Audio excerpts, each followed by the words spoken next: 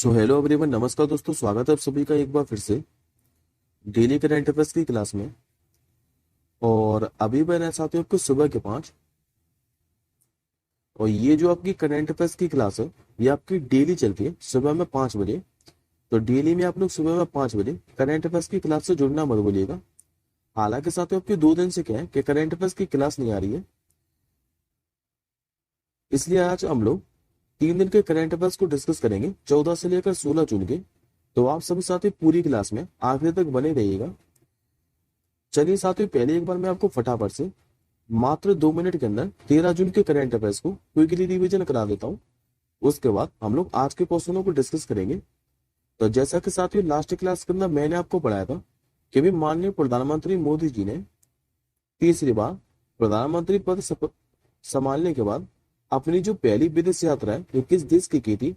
तो ये की थी साथियों इटली की, क्योंकि साथियों जो G7 शिखर सम्मेलन है ये इटली के अंदर आयोजित किया जा रहा है। और इसमें इटली के जो प्रधानमंत्री हैं जियोर्जियो मेलोनी, इन्होंने माननीय प्रधानमंत्री मोदी जी को आमंत्रित किया था। और ये इनकी पहली विदेश यात्रा है तीसरी बार प्रधानमंत्री पद संभालने के बाद। कौन सी राज्य सरकार अभी एक विशेष प्रवासी भारतीय यानी कि जो NRI है ये सेल स्थापित करने जा रही है। तो हरियाणा सरकार। FIH हॉकी पुरुष जूनियर विश्व कप 2025 की जो मेजबानी है ये कौन सा देश करेगा। तो ये करने वाला सब तो अपना प्यारा भारत। हालांकि अभी स्थान क्या है कि डिक्लेयर नहीं किया गया है, खाली इतना बताया गया है कि दिसंबर महीने के अंदर जो FIH हॉकी पुरुष जूनियर विश्व कप है इसकी मेजबानी 2025 में भारत करने जा रहा है। इसके बाद मैंने आपको बताया था कि जो अरुणाचल प्रदेश के मुख्यमंत्री हैं पेमा खांडू, इन्होंने भी तीसरी बार मुख्यमंत्री पद की शपथ ली है। विश्व बैंक के कंटेनर पोर्ट प्रदर्शन सूचकांक 2030 में टॉप 20 में शामिल भारत का एकमात्र जो बंदरगाह है ये कौन सा बना था। तो आंध्र प्रदेश का विशाखापट्टनम बंदरगाह। दुनिया भर में भी पहला जो अंतर्राष्ट्रीय खेल दिवस है ये 11 जून को मनाया गया था, जो कि संयुक्त राष्ट्र ने घोषित किया है। इसके बाद मैंने आप लोगों को एक इंडेक्स पढ़ाई थी कि जो ग्लोबल जेंडर गैप इंडेक्स है इसमें भारत किस स्थान पर आ गया है। तो 2 स्थान में साथ गिरावट देखी गई है और भारत आ गया इस बार 129वें स्थान पर।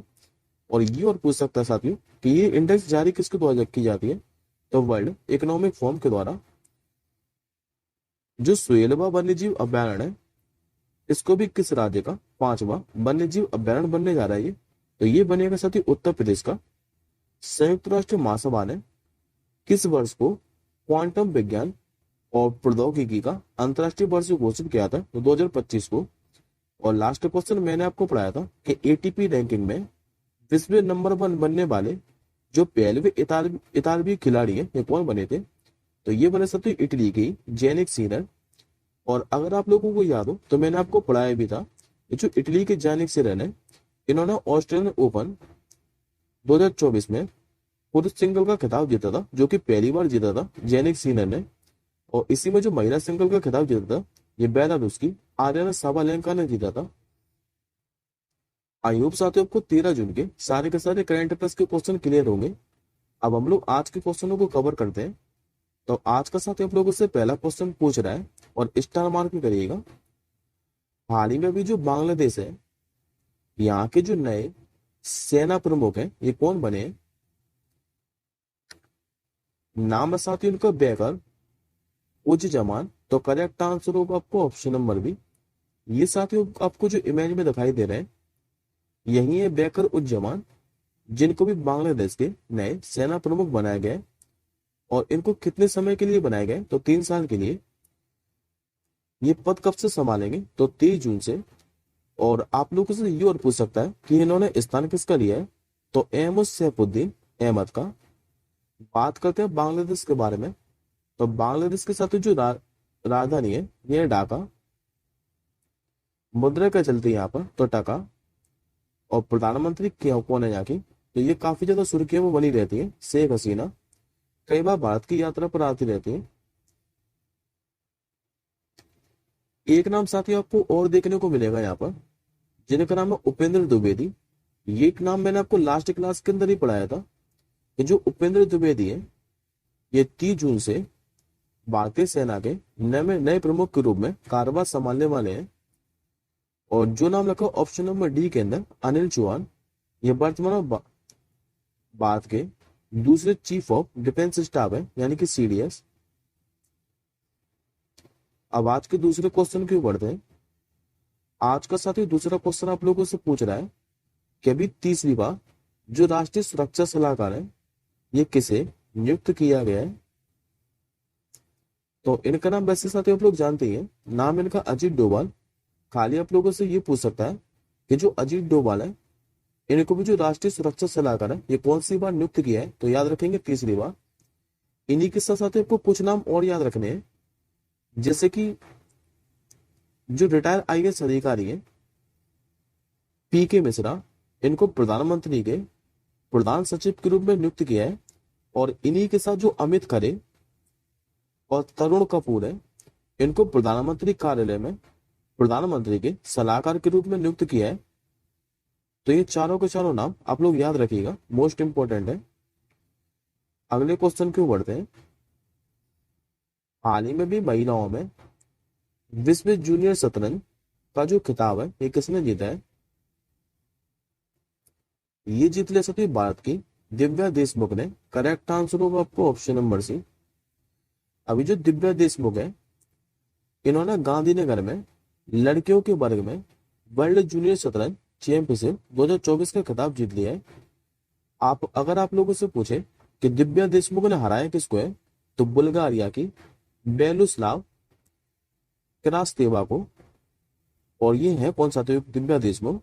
तो ये 9 दिसंबर 2005 को जन्मी जो दिव्या देशमुख है भारतीय शतरंज खिलाड़ी है। और इनके पास क्या है कि इंटरनेशनल मास्टर है, इसकी भी उपाधि है। नेक्स्ट क्वेश्चन देखिए। अभी 3 सितारा ग्रैंड प्रिक्स इवेंट जीतने वाली जो पहली भारतीय राइडर है ये कौन बन गई है। नाम याद रखेंगे साथियों आप लोग इनका, श्रुति बोरा। करेक्ट आंसर होगा आपको ऑप्शन नंबर है। पहले एक बार आप लोग इमेज में देखिए, ये नहीं साथियों के सामने इमेज में श्रुति बोरा, जिनका जन्म पश्चिम बंगाल के कोलकाता के अंदर हुआ था। और अभी 3 सितारा ग्रैंड प्रिक्स इवेंट जीतने वाली पहली भारतीय राइडर बन गई है, जो कि भारतीय घुड़सवारी के लिए एक ऐतिहासिक उपलब्धि है।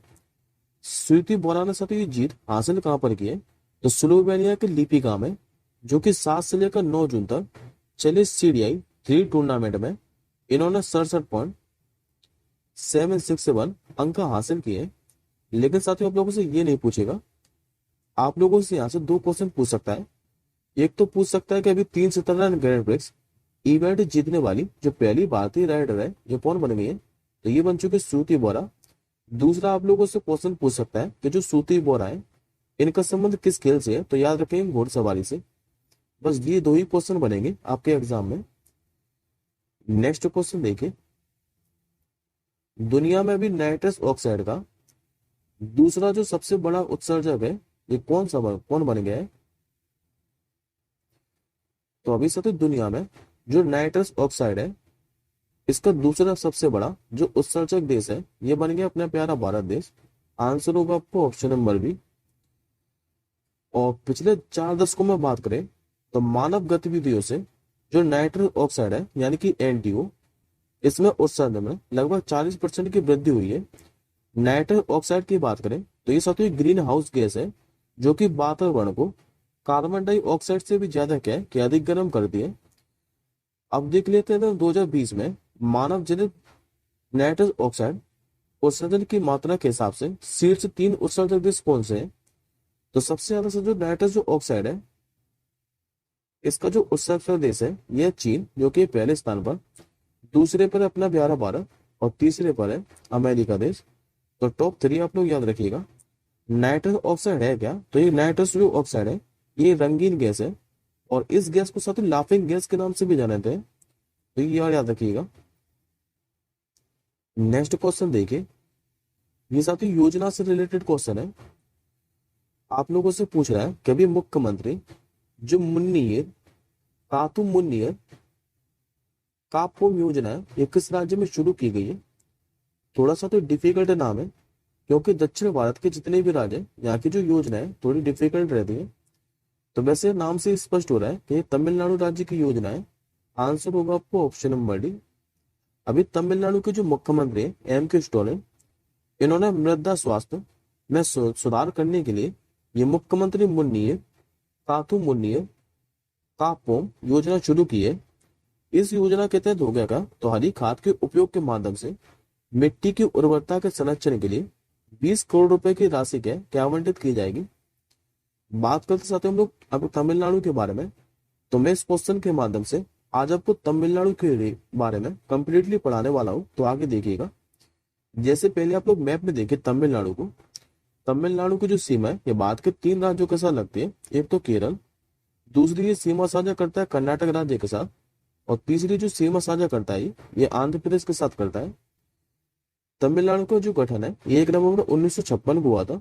मुख्यमंत्री मैं आपको बता चुका हूँ जो कि एम के स्टालिन, और राज्यपाल कौन है तो आर एन रवि। राजधानी यहाँ की साथी चेन्नई। लोकसभा की सीट और राज्यसभा की सीट साथियों याद रखिएगा, क्योंकि भी पूरे देश में क्या है कि लोकसभा के चुनाव संपन्न हुए, तो आपको 200% लोकसभा की सीट से एग्जाम में क्वेश्चन देखने को मिल सकता है। तो याद रखिएगा 39 लोकसभा की सीट है, राज्यसभा की सीट है 18, और विधानसभा की सीट कितनी है तो 234। जिलों की संख्या पूछे तो 38 यहाँ पर जिले हैं। यहाँ पर साथ 2 फेमस राष्ट्रीय उद्यान है, एक तो गोंडी राष्ट्रीय उद्यान और दूसरा है मुद्दुमलाई नेशनल पार्क। जिसमें साथ जो गोंडी राष्ट्रीय उद्यान है ये आरआरबी एनटीपीसी का एग्जाम में पूछा हुआ है। हालांकि और भी यहाँ पर नेशनल पार्क है, जैसे कि गोंडी राष्ट्रीय उद्यान, मुद्दुमलाई, अन्नामलाई, गल्फ ऑफ मन्नार, मुकुर्ती और पलानी हिल्स। लेकिन साथ ये एग्जाम में क्या है कि पूछे हुए नहीं है। खाली जो गोंडी राष्ट्रीय उद्यान है ये भी एग्जाम में पूछा हुआ है आरआरबी एनटीपीसी के। तो ये दोनों आप लोग याद रखिएगा, एक तो मुद्दुमलाई और गोंडी राष्ट्रीय उद्यान। लोक नृत्य के बारे में बात करें तो जिसमें साथ जो कारगम लोक नृत्य है ये एसएससी एमटीएस के एग्जाम में पूछा हुआ है, कारगम लोक नृत्य। और दूसरा एक और याद रखिए आप लोग, देवारट्टम। ये दोनों जो लोक नृत्य है ये तमिलनाडु के त्योहार के बारे में बात करें तो जो पोंगल त्योहार है ये अभी रिसेंटली पूछा गया था एसएससी सीपीओ के एग्जाम में। एसएससी सीपीओ को जो एग्जाम हुआ था ये भी इसमें रिसेंटली पूछा गया पोंगल त्योहार के बारे में। दूसरा आप लोग याद रखेंगे थाईपुसम त्योहार। ये दोनों जो त्योहार है ये मनाया जाता है तमिलनाडु के अंदर। नेक्स्ट क्वेश्चन देखिए, ये साथियों इंडेक्स से रिलेटेड क्वेश्चन है। अभी जो वैश्विक शांति सूचकांक है 2024 ये जारी की गई है। इसमें भारत की जो रैंक है ये क्या है। इस बार साथियों भारत रहा है 116वें स्थान पर। करेक्ट आंसर होगा आपको ऑप्शन नंबर बी। इस सूचकांक में साथियों 163 स्वतंत्र राज्यों और क्षेत्रों को शामिल किया गया था, जिसमें भारत की जो रैंक है ये 116वीं रही है। ये पूछ सकता है कि रिपोर्ट जारी किसके द्वारा की जाती है, तो institute for economics and peace के द्वारा। शीर्ष स्थान वाले देश के बारे में बात करें तो आइसलैंड याद रखेंगे पहले स्थान पर है, और आयरलैंड है दूसरे स्थान पर। खाली आप लोग शीर्ष स्थान वाला देश याद रखिएगा कि जो आइसलैंड है यह पहले स्थान पर, और भारत की क्या रैंक है तो 116। अब एक बार हम लोग बाकी के इंडेक्स को एक बार क्विकली रिवीजन कर लेते हैं फटाफट से। हालांकि साथियों मैंने लास्ट क्लास के अंदर आपको सारे के सारे इंडेक्सेस रिवीजन कराई थी, तो एक बार आप लोग फिर से इन पर नजर डाल लीजिए। जैसे कि जो ग्लोबल जेंडर गैप इंडेक्स है ये मैंने आपको आज भी रिवीजन कराई है। इसमें भारत 2 स्थान खिसक कर 129वें स्थान पर पहुंच गया है। जो यूनाइटेड नेशन डेवलपमेंट प्रोग्राम है यानी कि यूएनडीपी, इसके द्वारा साथ 2 इंडेक्सेस जारी की जाती है। एक तो की जाती है ह्यूमन डेवलपमेंट इंडेक्स, और दूसरी इसके द्वारा जारी की जाती है जेंडर इनइक्वालिटी इंडेक्स। जिसमें साथ जो ह्यूमन डेवलपमेंट इंडेक्स है इसमें भारत 1 स्थान खिसक कर 134वें स्थान पर आ गया था। पिछली बार भारत इसमें 135वें स्थान पर था। और दूसरी जो लैंगिक असमानता सूचकांक है यानी कि जेंडर इनइक्वालिटी इंडेक्स, इसमें भारत आ गया था 108वें स्थान पर। वैश्विक बौद्धिक संपदा सूचकांक की बात करें तो इसमें भारत है 42वें स्थान पर। वर्ल्ड प्रेस फ्रीडम इंडेक्स की बात करें तो इसमें भारत है 159वें स्थान पर। हेनले पासपोर्ट इंडेक्स में भारत 185वें स्थान पर। वर्ल्ड हैप्पीनेस इंडेक्स में भारत है 126वें स्थान पर। वर्ल्ड साइबर क्राइम इंडेक्स के अंदर भारत 10वें स्थान पर है। और वैश्विक यात्रा या पर्यटन सूचकांक में भारत है 39वें स्थान पर। नेक्स्ट क्वेश्चन देखिए, ये भी साथी योजना से रिलेटेड क्वेश्चन है। हाल ही में भी निजुत मोइना जो योजना है ये किस राज्य में शुरू की गई है? ये साथी योजना शुरू की गई है अभी असम के अंदर। आंसर होगा आपको ऑप्शन नंबर ए। दरअसल ये असम सरकार ने क्या है कि जितने भी बाल विवाह होते हैं इनको रोकने के लिए निजुत मोइना योजना शुरू की है। और इस योजना के तहत असम सरकार के द्वारा क्या है कि 5 वर्षों में कक्षा 11 से स्नातकोत्तर तक की सभी जो छात्राएं इनको मासिक स्कॉलरशिप भी प्रदान की जाएगी। बात कर सकते हो असम के बारे में, तो साथियों जो असम राज्य ये काफी ज्यादा महत्वपूर्ण है और यहाँ से कई सारे जो स्टैटिक फैक्ट के ये क्वेश्चन बनते हैं। तो पहले हम लोग मैप के माध्यम से असम के बारे में सब कुछ डिस्कस कर लेते हैं। तो आगे देखिएगा, असम साथियों आपको मैप में दिखाई दे रहा होगा जो कि नॉर्थ ईस्ट का राज्य है।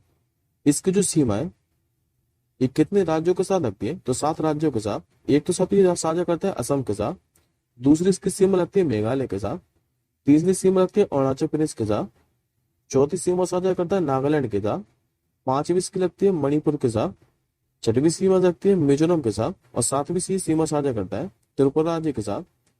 अंतर्राष्ट्रीय सीमा की बात करें तो अंतर्राष्ट्रीय सीमा साथ इसकी लगती है बांग्लादेश के साथ और भूटान के साथ। अब बात करते हैं असम का गठन कब हुआ था। तो असम का साथ जो गठन है ये 26 जनवरी 1950 को हुआ था। मुख्यमंत्री आप लोग सभी जानते हैं, काफी ज्यादा अभी सुर्खियों में बने रहते हैं, हेमंत बिस्वा शर्मा। राज्यपाल यहाँ के 2023 में ही बने थे, गुलाब चंद कटारिया। और राजधानी क्या है यहाँ की? तो राजधानी साथी यहाँ की दिसपुर है। दिसपुर और साथी गुवाहाटी में कंफ्यूज मत होना, कभी कभार ऑप्शन में क्या है कि गुवाहाटी दे देता है। गुवाहाटी असम का सबसे बड़ा शहर है, लेकिन यहाँ की जो राजधानी ये दिसपुर है, तो गलत मत कर दीजिएगा। लोकसभा की सीट की बात करें तो यहाँ पर 7 लोकसभा की सीट है, 14 है यहाँ पर राज्यसभा की सीट और 126 क्या है कि विधानसभा की सीट। जिलों की संख्या की बात करें तो यहाँ पर 35 जिले हैं। राष्ट्रीय उद्यान साथियों यहाँ के सातों के साथ जो राष्ट्रीय उद्यान है ये फेमस है, जिसमें से काजीरंगा जो राष्ट्रीय उद्यान है ये एक सींग वाले गैंडों के लिए फेमस है और कई बार एग्जाम में पूछा हुआ है। मानस राष्ट्रीय उद्यान की बात करें तो साथियों जो मानस राष्ट्रीय उद्यान है ये एसएससी सीएचएसएल के एग्जाम में पूछा गया था, लेकिन इस तरीके से नहीं पूछा गया था। क्वेश्चन को एग्जाम में ऐसे पूछा गया था कि जो असम के अंदर मानस राष्ट्रीय उद्यान है ये किस जानवर के लिए फेमस है? ऑप्शन में दिए गए साथियों घोड़ा, एक सींग वाले हैंडे, हाथी या फिर बाघ के लिए। तो याद रखेंगे ये बाघ के लिए फेमस है मानस राष्ट्रीय उद्यान। तीसरा डिब्रू साइकोवा, चौथा है नाबेरी, पांचवा है औरंग और जो देहिंग पटकाई और रायमोना नेशनल पार्क है ये भी नए बने थे रिसेंटली। लोक नृत्य के बारे में बात करें तो बिहू लोक नृत्य कई बार पूछा हुआ है, आपने कई बार एग्जाम में देखा भी होगा। बागुरुम्बा नृत्य ये भी पूछा गया है। सतरिया की बात करें तो ये साथियों 8 शास्त्रीय नृत्यों में से एक है सतरिया। और देवदानी त्योहार की बात करें तो अंबुबाची मेला साथियों अभी पूछा गया एसएससी सीपीओ के एग्जाम में 2023 वाले में, लेकिन साथियों ये क्वेश्चन ऐसे नहीं पूछा गया था। ये क्वेश्चन पूछा गया था जो अंबुबाची मेला है ये असम के अंदर मनाया जाता है, लेकिन ये किस महीने में मनाया जाता है? तो याद रखेंगे जून महीने के अंदर। सेम क्वेश्चन साथियों आप आगे भी आपको देखने को मिल सकता है, तो याद रखिएगा जून महीने के अंदर अंबुबाची मेला असम के अंदर मनाया जाता है। नेक्स्ट क्वेश्चन देखिए, अभी साथियों जो आईसीसी है इसने मई महीने के लिए player of the month award की घोषणा कर दी है और ये महिला और पुरुष दोनों में दिए जाते हैं हर महीने। पहला क्वेश्चन आप लोगों से पूछ रहा है कि मई 2024 के लिए अभी पुरुषों में जो ICC player of the month award है ये किसे चुना गया है? नाम है साथियों इनका गुडाकेश मोती। करेक्ट आंसर होगा आपको ऑप्शन नंबर ए। देखिए साथियों जो गुडाकेश मोती है ये वेस्ट इंडीज के बाएं हाथ के स्पिनर है और इनको भी मई महीने के लिए शानदार प्रदर्शन के लिए जो आईसीसी है इसने men's player of the month award के लिए चुना है। इसी में साथियों महिलाओं में भी दिया जाता है जो कि मैं आपको बता चुका हूं। और ये किसे दिया है? तो श्रीलंका की चमारी अथापत्तू को। इनको मई 2024 के लिए महिला खिलाड़ी में ICC player of the month चुना गया है। बात करते पहले साथियों हम लोग आईसीसी के बारे में, तो आईसीसी की जो स्थापना 1909 के अंदर हुई थी, यानी कि इंटरनेशनल क्रिकेट काउंसिल। मुख्यालय आपको देखने को मिलेगा दुबई के अंदर। अध्यक्ष कौन है यहाँ के? तो ग्रेग बार्कले। और सीईओ ये कौन है वर्तमान में? तो जियोफ अलार्डिस। अब एक बार पहले था आप लोग दोनों को इमेज में देख लीजिए। गुडाकेश मोती और चमारी अतापत्तू को। ये रहे साथियों के सामने इमेज में गुडाकेश मोती, जो कि वेस्ट इंडीज के बाएं हाथ के स्पिनर है। और दूसरी जो इसमें चमारी अतापत्तू, ये आपके सामने रही श्रीलंका की चमारी अतापत्तू, श्रीलंका की क्रिकेटर है। अगला क्वेश्चन, हाल ही में साथियों जो सिरिल रामाफोसा है, इनको भी किस देश का फिर से राष्ट्रपति चुना गया है? ये साथी फिर से चुने गए अभी साउथ अफ्रीका के। करेक्ट आंसर होगा आपको ऑप्शन नंबर ए। देखिए साथियों, साउथ अफ्रीका की संसद ने कहा है कि शुक्रवार को 7वीं संसद की नेशनल असेंबली की पहली बैठक में जो सिरिल रामाफोसा है, इनको दोबारा राष्ट्रपति चुना गया है। और ये पहली बार राष्ट्रपति कब बने थे? तो 15 फरवरी 2018 को। बात करते हैं साथियों हम लोग साउथ अफ्रीका के बारे में, तो मैप के माध्यम से समझते हैं। ये रहा साथियों आपका अफ्रीका कॉन्टिनेंट, और अफ्रीका कॉन्टिनेंट के अंदर बिल्कुल आप लोग नीचे की तरफ देखोगे तो आपको दिखाई देगा साउथ अफ्रीका। साउथ अफ्रीका के साथ 3 राजधानी है, और ये कौन कौन सी है? तो एक तो साथियों प्रीटोरियो, जो कि कार्यकारी राजधानी है। दूसरी है केप टाउन, जो कि विधायी राजधानी। और तीसरी है ब्लूम फोंटेन, जो कि न्यायिक राजधानी है। मुद्रा पूछे तो साउथ अफ्रीकन रैंड यहाँ पर करेंसी चलती है। और अभी जो सिरिल रामाफोसा है, ये फिर से राष्ट्रपति चुने जा चुके हैं साउथ अफ्रीका के। ये साथियों आज का आपका आखिरी क्वेश्चन है। अभी अमेरिकी अदालत ने किस आईटी कंपनी पर $194 मिलियन का भारी जुर्माना लगाया है? तो वैसे तो साथियों आपको इमेज में ही दिख रही है ये कंपनी टाटा कंसल्टेंसी सर्विस, जो टीसीएस है। इस पर अभी अमेरिकी अदालत ने $194 मिलियन का भारी जुर्माना लगाया है। अच्छा, इस पर जुर्माना लगाया क्यों है? तो साथियों इस पर जो जुर्माना है, ये ट्रेड सीक्रेट का दुरुपयोग करने के आरोप के कारण लगाया है। क्योंकि जो कंप्यूटर साइंसेस कॉर्पोरेशन है, इसने कंपनी के खिलाफ मुकदमा दायर किया था कि जो CSX है, इसको अब DXC टेक्नोलॉजी कंपनी के नाम से जाना जाता है। और इस कारण क्या है, इस पर भारी जुर्माना लगाए $194 मिलियन का। आप लोगों से खाली इतना ही पूछेगा कि जो अमेरिकी अदालत है, इसने भी किस दिग्गज आईटी कंपनी पर $194 मिलियन का भारी जुर्माना लगाए? तो आप लोग आंसर कीजिएगा टाटा कंसल्टेंसी सर्विस पर।